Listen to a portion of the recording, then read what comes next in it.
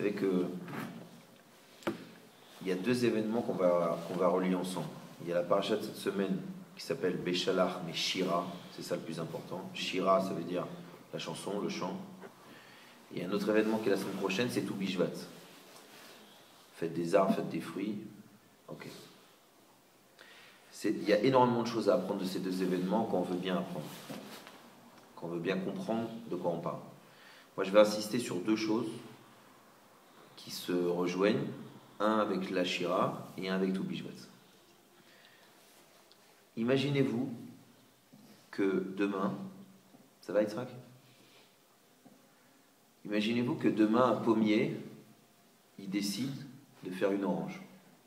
C'est-à-dire, il craque, il en a marre.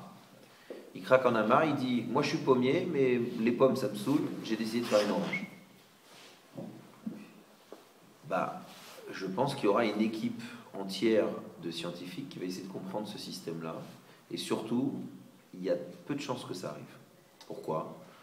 Parce qu'Akadosh Baruch Hu, il avait donné du libre arbitre aussi à la nature, puisque vous savez qu'au départ, il y a eu des disputes entre le soleil et la lune, sur la taille, qui c'est qui va régner, ainsi de suite. Vous savez qu'au départ, la terre, elle était censée donner, Akadosh Baruch Hu, il a demandé à la terre de faire des arbres fruits, et pas des arbres qui donnent des fruits. C'est-à-dire qu'à la base, le tronc, tout, ça devait être un fruit. Tout devait être mangeable au même goût. Et la terre, elle s'est ratée, on va dire, et elle a fait un arbre qui donne des fruits. Et après, quand il y a eu la faute d'Adam Arishon, alors tout le monde a pris un coup dans son libre arbitre, tout le monde a pris un coup dans sa création, et il y a eu une descente complète de toute la création. L'homme, il a évidemment perdu un niveau, l'arbre, et ainsi de suite. Donc maintenant, dans l'état où on est, c'est évident qu'un pommier, il ne peut pas décider de faire des oranges parce qu'il en a marre du boulot de pommier. D'accord ? Ça, c'est la première chose que je vous dis. Vous allez voir après le lien extraordinaire que la Gemara nous fait quand elle nous dit qu'en réalité, nous sommes appelés arbres des champs. C'est-à-dire qu'en réalité, on a énormément de choses qu'on peut apprendre de l'arbre.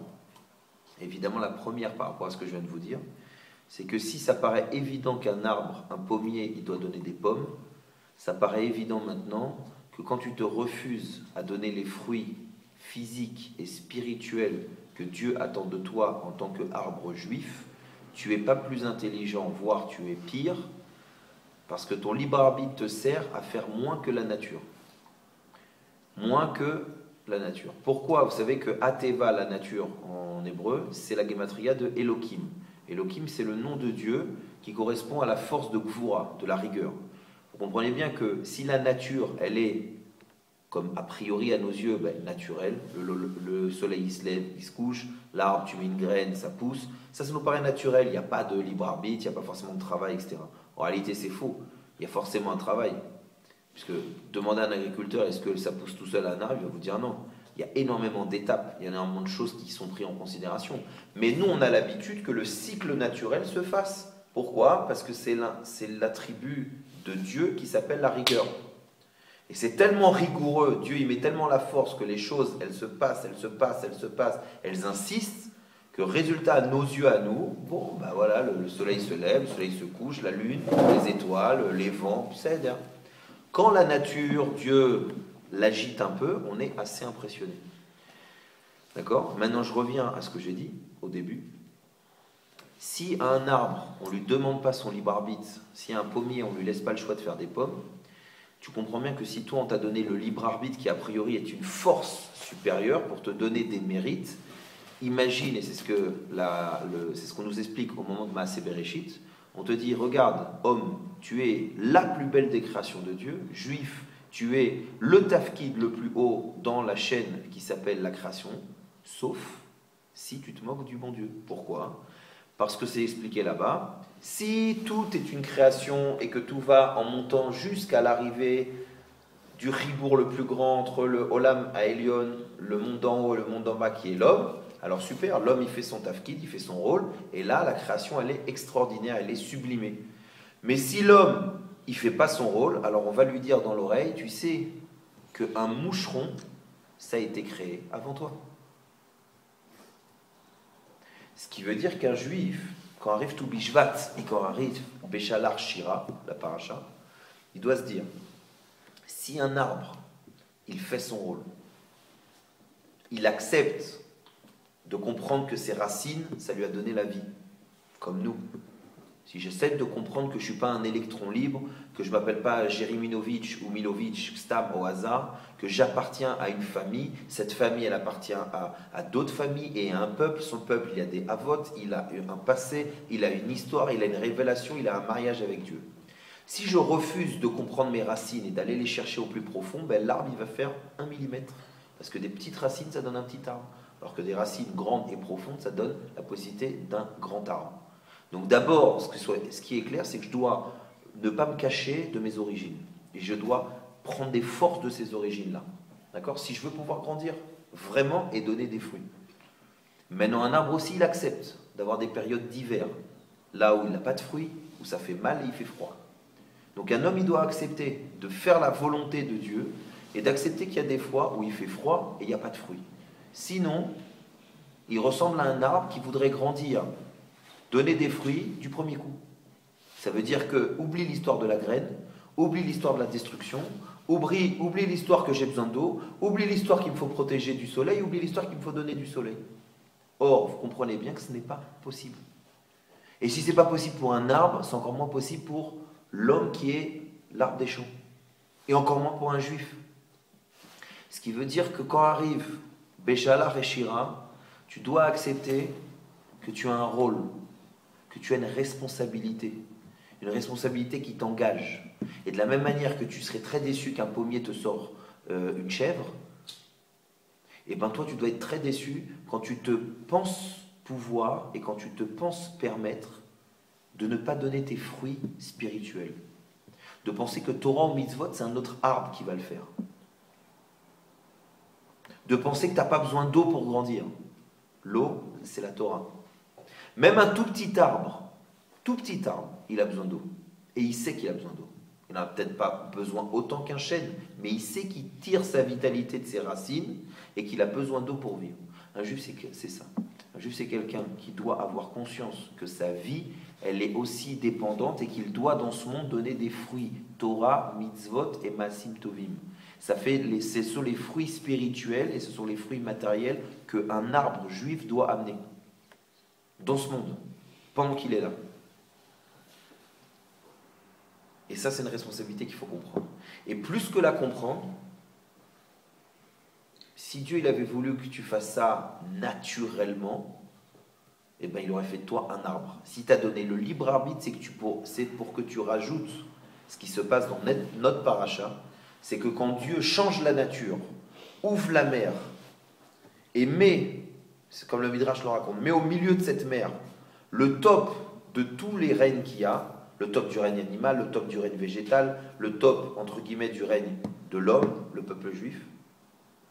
Quand il met tout le high des espèces dans ce grand mikvé qui s'appelle la mer Rouge, pour donner à ces gens-là un tafkid particulier de redonner la bracha, de redonner la bénédiction, de redonner des fruits dans le monde entier, dans tous les règnes qu'il y a en dessous, d'être hors la goïm et ainsi de suite. Quand Dieu y fait ça, la réaction face à un tellement grand dévoilement et face à quelque chose de tellement grand que Dieu nous dit « je te demande de le faire », notre réaction c'est une shira. D'abord, on est incapable, on ne prend pas de décision, on se tait, et après on ne peut pas l'exprimer dans des mots, on est obligé de le chanter. Et là, c'est la dernière chose que je vous dis. C'est de notre responsabilité d'avoir des fruits, c'est évident. De donner des fruits, c'est évident. Spirituel et matériel, c'est notre rôle, sinon on ne sert à rien. Et donc on ne peut pas se dire, moi ça ne m'intéresse pas trop Shabbat, etc. Il faut donner des fruits. Haine, c'est un rôle, tu es au minimum un arbre. Maintenant, de la même manière, et ça tu le sais très bien, que quand tu choisis une pizza, tu choisis des goûts, que la mangue, tu la préfères à la noix, et que chacun on a nos plaisirs et on a nos besoins, et on a les choses qui nous font kiffer, les choses qui nous font moins kiffer. Alors la même chose dans la Torah, les mitzvot et les masim tovim. Ne jette pas de la terre poussiéreuse à Kadosh Baruch Hu. Jette-lui une mangue, jette-lui une pizza, jette-lui des choses qu'elles sont belles, jette-lui des couleurs, donne-lui du ta'anoug. Arrête de faire toute la vodat Hashem comme si c'était un poids. C'est un poids parce que c'est grand, mais donne de la beauté à cette chose-là. Toi, quand tu manges une pomme, tu la prends pas la première sans regarder si elle n'est pas écrasée, si elle n'a pas un verre. Quand tu choisis un fruit, ou une pomme, ou une tomate, tu prends pas celle qui est écrasée par toutes les mains. Ouais. Tu prends la jolie, la rouge, et puis tu enlèves le truc vert, tu bouffes pas le truc vert. Pourquoi pour Dieu c'est pas la même chose? Pourquoi pour les fruits spirituels on lui donne tout et rien? Bon, Shabbat cette semaine, Shabbat prochain on donnera autre chose. Les tefilines, ouais, bon, en 2 minutes. Pourquoi? Toi, ça te plairait d'avoir une nature qui soit aussi triste? Alors que quand on voit la nature, on est débordé par la grandeur de la nature. On est débordé par à quel point c'est magnifique. On a chacun une partie de la nature qui nous fait rêver. Il y en a c'est la montagne, il y en a c'est les animaux, il y en a c'est les bêtes sauvages, il y en a c'est les bêtes domestiques. On a tous une partie de la nature qui nous réveille l'envie de dire waouh le Créateur. La même chose. Un juif, chacun de nous, on doit réussir à créer chez Akadosh Baruch Hu un réveil. Le réveil d'en bas, c'est notre conscience de notre responsabilité de donner des fruits matériels et spirituels, notre responsabilité de le donner avec joie, empressement et embellissement, beauté, couleur, goût. Ça, c'est notre responsabilité et c'est ça qu'on doit réveiller quand arrive tout Bishvat et Parashat Beshalach Shira. À Bezrat Hashem, qu'on essaye de s'enflammer un peu plus, qu'on essaye de donner plus de fruits, parce que, et je finis sur cette histoire-là, vous savez qu'une fois, il y a un rave qui voit quelqu'un planter un arbre. Et je vous l'ai dit, il lui dit, c'est quoi cet arbre? Caroubier. Combien de temps? 70 ans. Alors il rigole un peu, il lui dit, mais toi, tu as aussi presque 70 ans. Cet arbre-là, tu vas le voir quand? Il dit, mais je ne le plante pas pour moi. Moi, quand je suis arrivé sur Terre, il y en avait des caroubiers.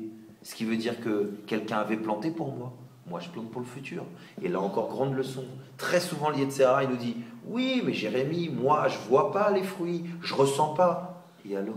Et si tu plantais pour quelqu'un d'autre que toi? Et si tu plantais pour cette grande chaîne qui s'appelle le Ham Israël? Et si si c'est ce que tu fais, tu n'en vois pas les fruits? Et c'est pour les autres. Az, ça vaut pas le coup? Toi, tu n'as pas reçu des fruits de quelqu'un d'autre? Toi, tu n'as pas reçu un monde? Tu n'as pas reçu une Neshama juive? Et si tu le faisais que pour les autres, c'est pas vrai, tu le fais pour toi, tu vas en voir les fruits. Mais si tu le faisais que pour les autres, azma, comme on dit chez nous, il faudrait le faire. Il faudrait le faire béempressement pour dire oui, je fais partie de ce feu, je fais partie de cette grande nature, de cette grande surnature qui s'appelle le Ham Israël, Torah ou Mitzvot. Bezrat Hashem, qu'on se renforce dans cette période pour donner des fruits et des beaux fruits.